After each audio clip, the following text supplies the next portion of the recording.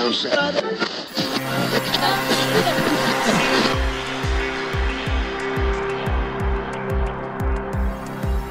this is Leon Poe, man. You listening to Causeway Street Podcast. What's up, y'all? This is Kenny Anderson. Y'all listen to the Causeway Street Podcast. For all you new listeners out there, I'm your host, Joseph Pavone. I'm joined as usual by my two co-hosts. I'm Sean Dutra. What's up? Yeah, like talk about walks yourself. on the B. There you go. Joel Pavone. What up? I'm a Pisces. The most romantic. Leads off with that. The most romantic sign in all of the zodiac. Oh, You couldn't tell by my voice already. oh, Sexy. But I'm the producer of this ensemble that we call Causeway Street. In case you missed it. Hey, Bill Walton here, Celtics 1986. You're listening to the Causeway Street Podcast. Yeah, come here for nothing but the truth. This is where dreams come true. Thank you, Boston, for my life. where are we going? You guys are such homers. It's your boy Terry Rozier. You're listening to the Causeway Street Podcast. Now listen to my boys Joe, Sway, Joel, and Sean.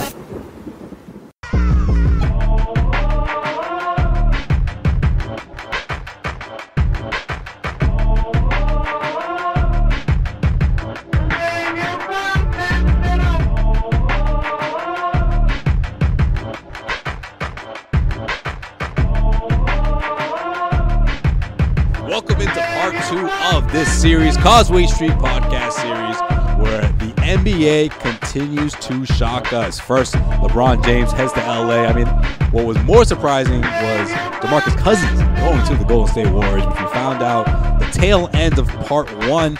Here is part 2. We got CLNS Media's Mike Petraglia joining us momentarily. I am Joseph Pavone.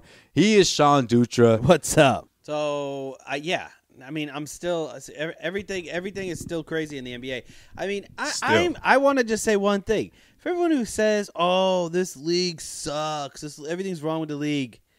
You don't get anything better than this in free agency in any other league. No other league do you see superstars switching teams the way they do in the NBA. And I get it. I get it that everyone's looking at the Warriors just like I am and saying, damn.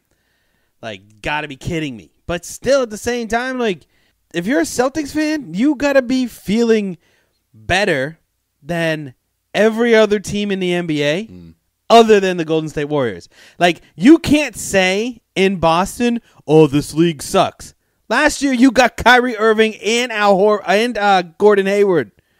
And now you've seen two players develop. Like, we're fine. We're fine. It's like Danny Ainge planned for this. Danny Ainge saw the way the rest of the league was going, and it all started with that Brooklyn trade and getting those picks, turning them into assets, guys that he could bridge the gap with before he signed two marquee free agents and Al Horford. Yeah, the way Gordon Hayward, and then trade for Kyrie. The way I like to look at it is we don't need to gear up for the Warriors. The Warriors need to stay relevant for the Celtics. Ooh. You know? Because the Warriors keep having to do things to lock up their superstars because the Celtics are coming. Now you got another year of Jason Tatum. You got Kyrie and Gordon Hayward playing on the same team with Al Horford for the first time. And they already match up well against the Warriors. They do. This has been Brad going Stevens on for years. has been playing against the Warriors with the scrubs, putting up some competition. Kelly Olynyk. Dropped 28. 28? We were at that game. Triple overtime thriller. Whoa. Whoa. And that's the kind of reaction you're going to get today because it was amazing. Everything's basically, however you want to look at it. The NBA has either turned into Detroit, where everything's just burning, or it's turned into a utopian society where everyone just gets what they want. Either way, we break it all down here at the Causeway Street Podcast. Plenty to talk about, of course. We'll also squeeze in some more Celtics talk in this one. Yeah, about lazy-ass Bob. Yeah, we'll talk about the rookie I'm done Bob on him, Williams. man. That's right. When you mess up as many times as you messed up before even putting on a uniform and actually playing, you get called the one name that you hate to be called, Bob. Bob, and you're lazy. All right. So when are you gonna start calling him Rob? I'm done. I'm done with Rob. I'm done with the Bobby. Summer League games are gonna be at the end of the week. I'm done with little Bobby. Well, what if he goes off in the Summer League games? I don't care, man. Like, all I'm saying is he needs to literally just be one of the best players in the draft right now. He needs to get his priorities straight. He needs to, and like I think now, he's raging. He's just now. celebrating, man. He's That's partying what I'm up. saying, bro. But I don't think this will not linger, a good though. thing. That's the thing. I don't think it's going to linger. This is going to be something that's temporary. This is going to be something that But he's so excited that he's in the NBA. He's celebrating a little bit too much, and the guy probably overslept again and missed his flight to go to practice a little too much on Sunday and was excited to be in the NFL. Johnny Manziel. You know what I mean? I love NBA players that can party. Okay, I love NBA players that can party. But so when I was playing athletics, there was always two types of party animals. There was a party animal that would show up at practice on time, and you saw him black out the night before, and you'd always be like, yo, man, how are you even doing this right now? And then there was the party animals that were right next to that dude who missed practice and would get cut eventually for their partying ways. So from a guy who likes to partake in, extracurricular activities, and I've always done it through my when I was playing athletics, just get your shit together, Bob, because if not, you're going to be gone quicker than you can even imagine. I'm just saying, get your shit. You can't miss anything if you're going to live that lifestyle. I mean, you got to be like Dutra, man. Dutra would be out there partying with us, during our college days, but then he'll be up early in the morning on that soccer field. Yeah, I got 6 a.m. practice 6 a.m. on Friday morning. No joke. Coach put that there specifically, and I say, it's Thirsty Thursday, baby. Throw out my Thursday. Let's do it. Just here's the thing: just don't get caught and show up on time, and you can do whatever the hell you want in your free time. Let's get to our conversation with Trags. Joining us now to talk about everything that's been going on, the Woj bombs, and all the craziness that's been happening in the last 48 hours is Mike Petraglia of CLNS Media, who joins us on the line right now. Trags, welcome back to Causeway Street, man. I appreciate you taking the time. My head is still spinning from everything. Ever since LeBron announced that he was joining the Lakers, Joe Sway, I think that's the least surprising thing that's happened. Yeah, you know what? After Seriously. this DeMarcus Cousins news, it's almost like, oh, yeah, LeBron thing, that whole thing is just old news now, because now that DeMarcus Cousins is a member of the Golden State Warriors, it really makes you wonder, where are the Lakers going to go from here? What's the direction? Who is the perennial all-star that you're going to put alongside LeBron James? Well, aside from trading for Kawhi, and I don't see the Spurs doing that unless the Lakers absolutely blow them away, I don't know what you do right now to get that second superstar stud. I'm just surprised that Boogie Cousins, knowing LeBron really wanted to play with him, signed the 1-year deal, knowing that he could go to the Lakers and be a star right away. But I do understand why Cousins would do it for 1 year, get a ring, and then join LeBron. And maybe that's the deal under the table. Because so many of these deals are done under the table and not formally, of course. There's a verbal agreement. That's what this has the ringing of to me. Does any of this, free agency process of what we've seen throughout a lot of these, guys, one, Paul George deciding that he doesn't want to go and leave Oklahoma City. I mean, you got Chris Paul who decided to stay put in Houston. How much of this do you think has to do with guys who just don't want to play with LeBron? Or are they just comfortable where they are? Like, which one is it, in your opinion? I think with Paul George, it's his comfort in Oklahoma City and playing alongside Russell Westbrook. I mean, let's not forget that Paul George is playing alongside one of the highest paid players in the NBA and a true triple-double threat every time he takes the court. There's something to be said for that. And obviously it takes some of the heat away from Paul George himself, and maybe he didn't want the heat of playing alongside LeBron. Until we hear from the player himself, we're not going to really know. That's a fair point. I mean, obviously, DeMarcus Cousins, going to the Warriors, certainly no pressure there in terms of coming back from this injury, no pressure in terms of how you're going to perform before the playoffs. Obviously, it's all going to be about what happens in the postseason. But my question to you, Trags, is finding out what you found out about Cousins and seeing what happened with LeBron and everything. What does this mean for the Celtics? Is this something that is going to make the Celtics, or I should say Danny Ainge, think about going towards Anthony Davis? I mean, we got Woj with the report saying that it came down between the Warriors and the Celtics, and Cousins, of course, decided to go with the Warriors. Now does Danny Ainge turn to the Pelicans and say, hey, I mean, it's only a matter of time before Anthony Davis decides that he wants to move on. Here's this package deal that I have for you. I mean, is this a conversation that you see Danny Ainge initiating right off the bat, within this week of crazy free agency news, or is this something that's just way down the road and just too premature to be talked about right now? Too premature, and I do believe Danny when he says you're not going to see a major trade made with the Celtics. You're probably not going to see a major trade made. I think Danny wants to see how Kyrie and Gordon Hayward and Al Horford and Jaylen Brown and Jason Tatum all play together. When you take a look at that core, that's a core that could do what Golden State did. And why get too Frankensteinish with the roster when you can figure out at least for, half a season, if it all works together. And if the Celtics get off to, a great start like they did after the Gordon Hayward injury, and they went 0-2 to start the season and then won 16 straight, who's to say that the Celtics don't have that in them for the course of the entire season if they keep everybody together and healthy? And I think that's what Danny Ainge wants to find out. So knowing that the Celtics probably won't make a big splash, do you see anyone competing with the Celtics in the Eastern Conference this year? That's a great question.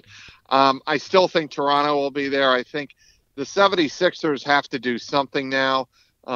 If Kawhi Leonard's going anywhere now, I do think he's going to Philly. I don't think the Celtics. Really? Yeah, I don't think the Celtics are going to be, mortgage their future just to get Kawhi Leonard. I mean, the Celtics are not in a position where they need Kawhi. I think the 76ers definitely are.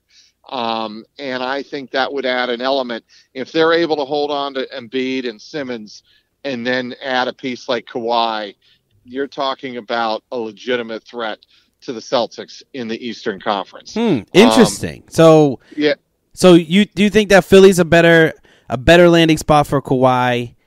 Let's even say from the Spurs perspective, getting a return back. Do you think Philly has more to offer for Kawhi than the Lakers do? Yes, I do. They have that future unprotected Miami pick in 2021, which the 76ers really shouldn't care about. They should be about winning now and competing with the Celtics now. And Kawhi helps you do that. He's going to be 27 next year. He's not a spring chicken, but he's in the prime of his career, ready to compete for an NBA title. And we saw what he could do. He can do for a team in 2014. And next spring, he'll be 5 years removed from that.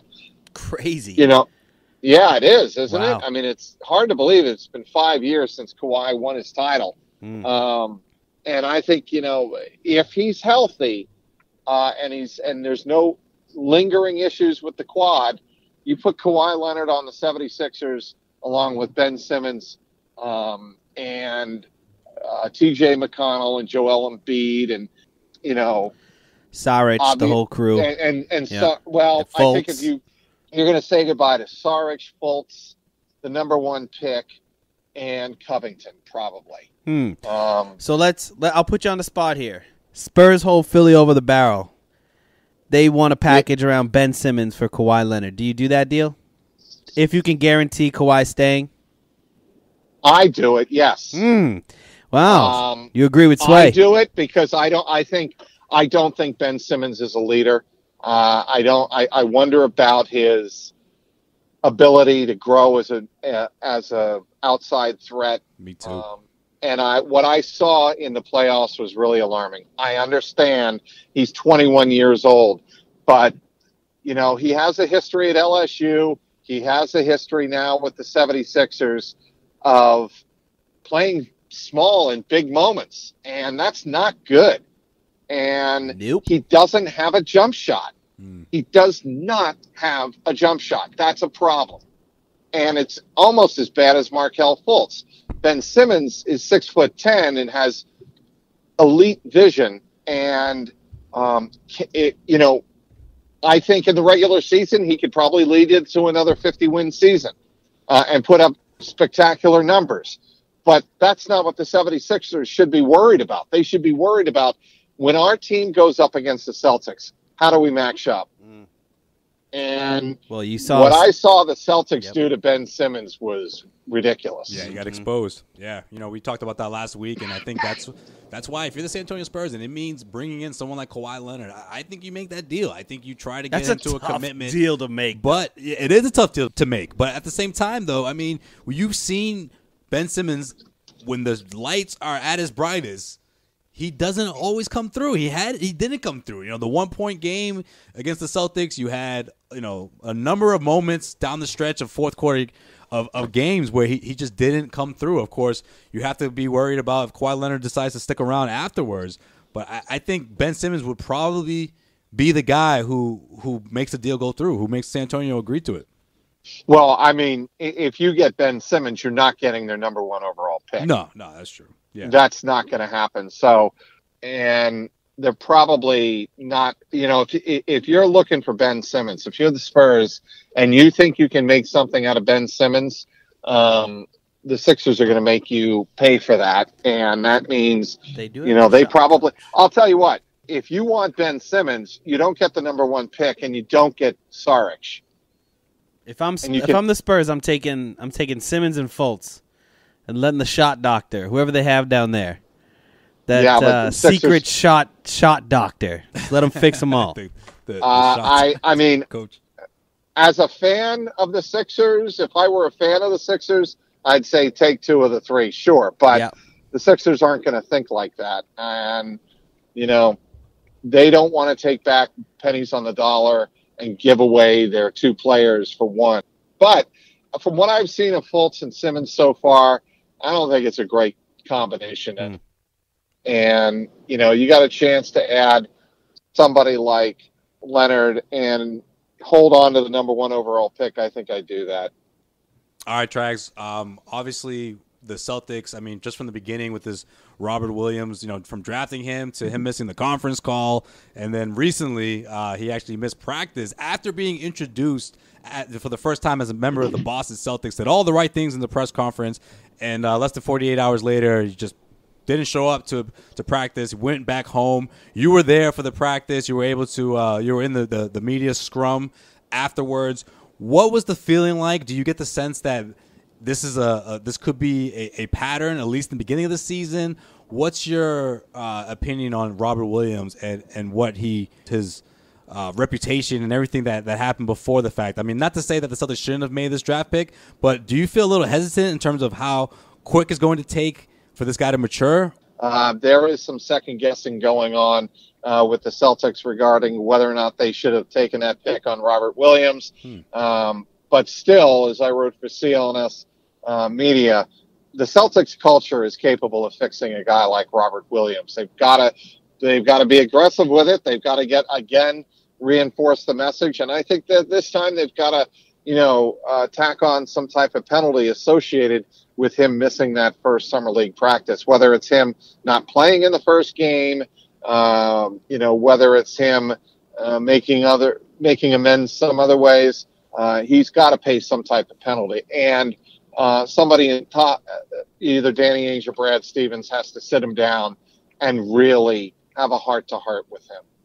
Yeah, in my eyes, I mean, first time, okay, all right, simple mistake, celebrating on draft night, maybe went a little too hard.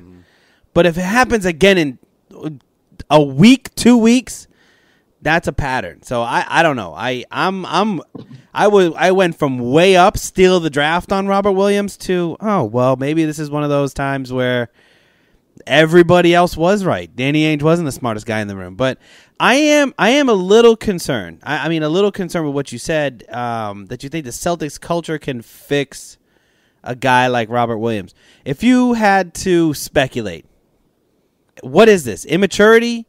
Does he have off-court issues? What is going on in Robert Williams' life that he can't get out of bed? To put it like, well, I mean, it's immaturity. It's probably having his priorities off the court in the wrong places. I'll leave it at that. I mean, from everything party animal I've trying heard, to say, yeah, I'm partying out there. I'm trying to insinuate a couple things. We'll see.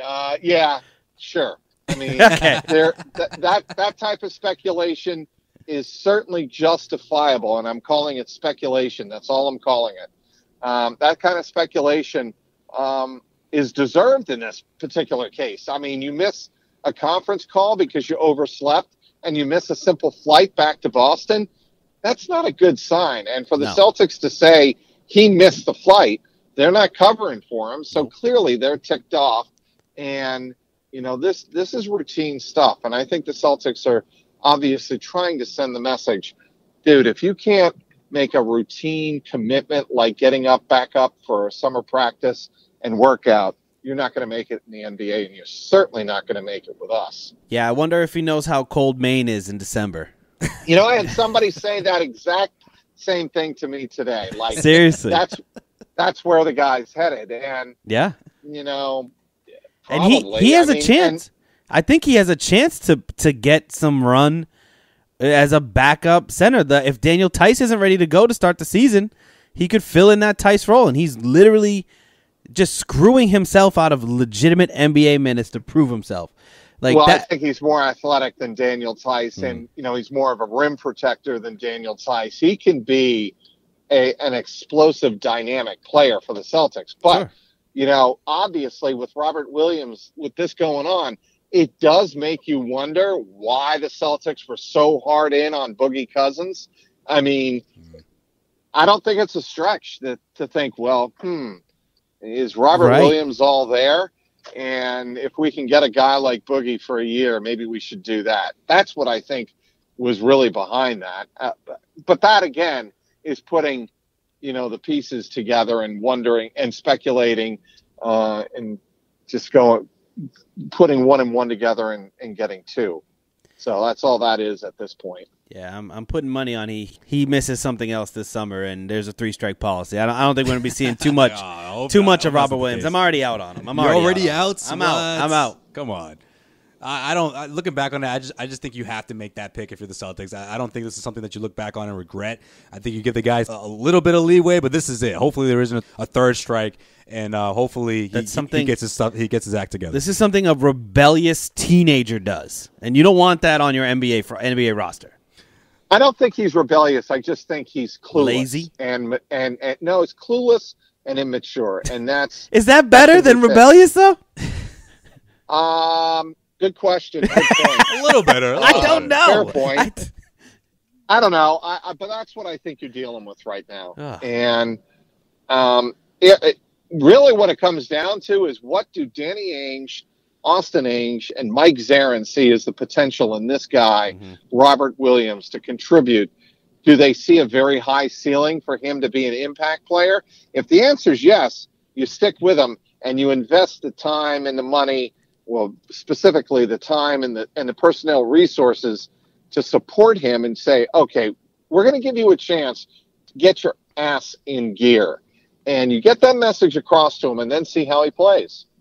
All right, well, Trags, one Celtics big man who has already proven his worth and is going to be sticking around for at least another year is Aaron Baines. The Celtics re-signed him. The signing was announced minutes after the opening of NBA free agency. But my question to you, Trags, is as things shift over to Marcus Smart and what he's planning to do next year, what are your thoughts about the Celtics retaining Marcus Smart's services? Do you think that it's a strong possibility? I mean, if I had to guess, Smart's probably waiting things out, waiting for the dust to clear and see what his options are. But if the Celtics can't find a deal for Marcus Smart, or that they can't come to an agreement, what other teams out there do you think are willing to give Marcus Smart the kind of money that he's been asking for? Well, I mean, the deal is, they tendered him the $6.1 million contract.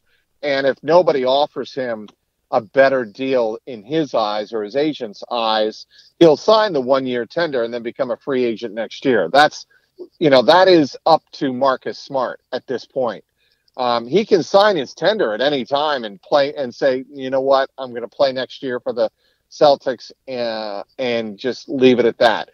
But to answer the other half of the question, a team like the Cleveland Cavaliers or the Toronto Raptors or the Philadelphia 76ers could be very interested in a Marcus Smart. And, or even the Indiana Pacers for that matter. You're looking at a lot of teams in the East that could plug in a guy like Marcus Smart, and he would bring a lot of value to them. The question about Marcus Smart somewhere else is he the true quintessential system player where he would only benefit playing for a guy like Brad Stevens or Doc Rivers? Is he a system player?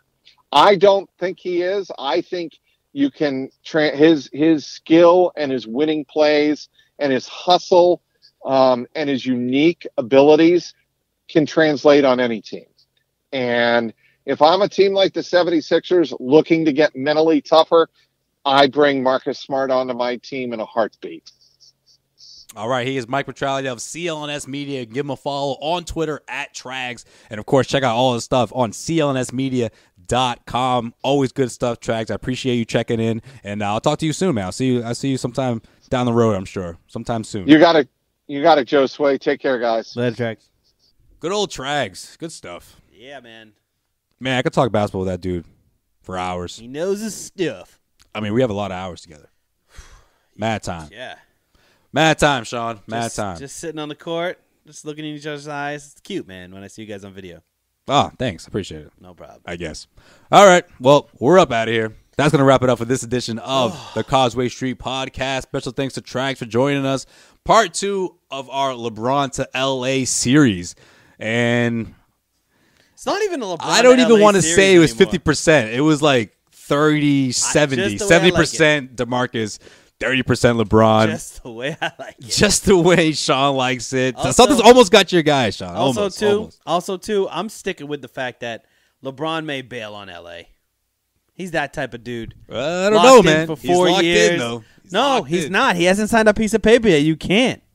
You can't until this weekend. That's your conspiracy theory? That's your hot take? Just leave it there. He's going to go back to Cleveland? Leave it there for the people. He's looking at it right now and says, the West... Oh, shit. No, I can't do anything here. No, I'm out. Abort mission. Abort mission. See ya. Nah, LeBron's gone. LeBron's leaving LA. Let's start those rumors now. Hey, you said or not LeBron really ever usually going gets what to he LA. wants. He finds a way to make it work. He'll get a team. Yeah, that's going back to competitive. Cleveland We'll and just see. trying to get to the Eastern Conference Finals. Just Kevin Love, Ronnie Hood. Just He's like, I'm back, the same guys. bunch. Let's try this again. They sign Isaiah to a mid-level exception. Just bring the whole crew back together. Well, the way money's being thrown around, Isaiah can sign for who knows how much. Well, I think DeMarcus Cousins just basically fucked over every other free agent that's out there. Guys aren't going to be playing in the league next year because of that deal. Seriously. Oh, man, it's NBA. Off-season. Gotta love it. Can't remember an off-season crazier than this. And it is, in my opinion, not even close to being done. Yep. Crazier stuff. Maybe not crazier stuff, but more crazy stuff is on the way. Yeah, we don't even know what happens with Marcus Smart yet, so we'll see. Ooh, let's see what happens. This has been the Causeway Street Podcast. We'll talk to you guys soon because it's getting so crazy that we're going to just be cramming in episodes here and there. Boom. Make sure you subscribe to the Causeway Street Podcast so you can get the alerts soon as the episodes drop. Until next time, everyone, have a good weekend. Happy 4th of July.